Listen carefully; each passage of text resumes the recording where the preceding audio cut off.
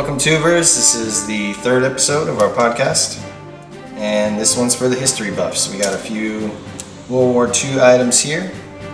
We got our E-tool, aka an entrenching tool, holding shovel. The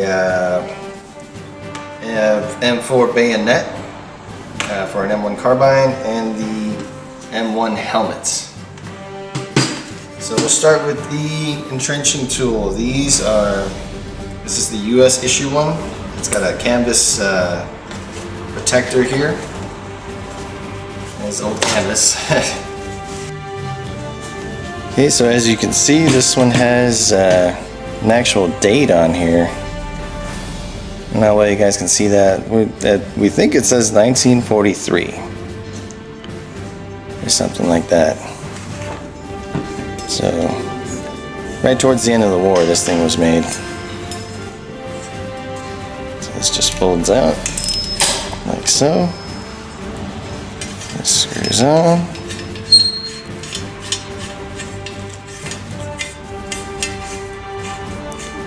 And that is pretty sturdy right there.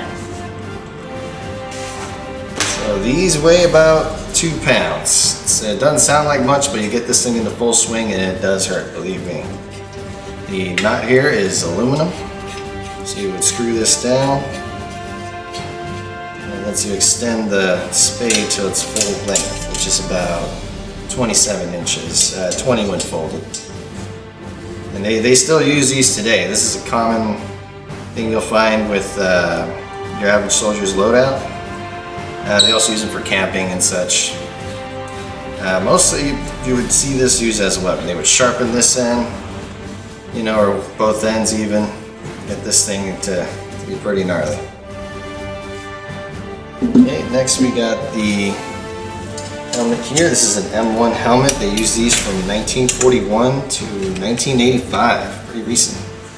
As you can see, it's got the harness in there, sweatband. It's made from Hatfield manganese steel. It is non-magnetic. It's just as strong as steel.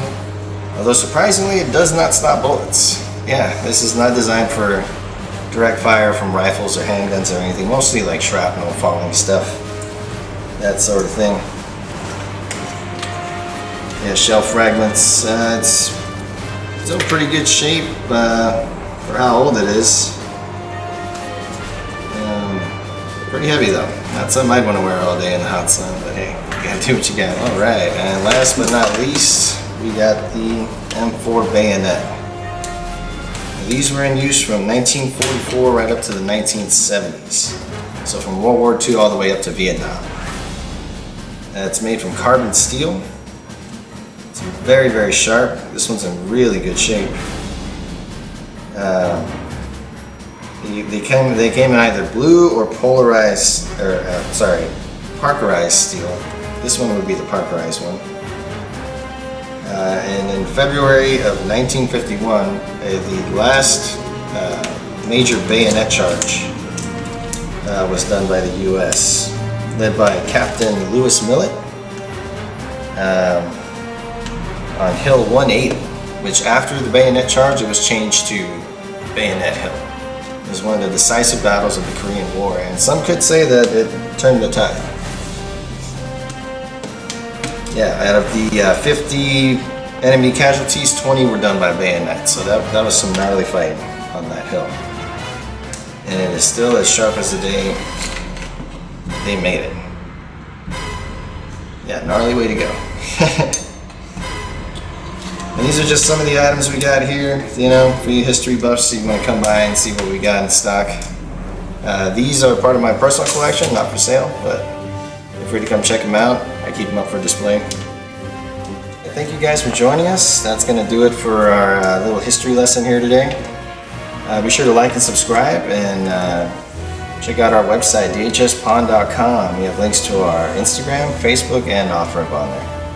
Again, thank you guys so much, and have a good night. Take care.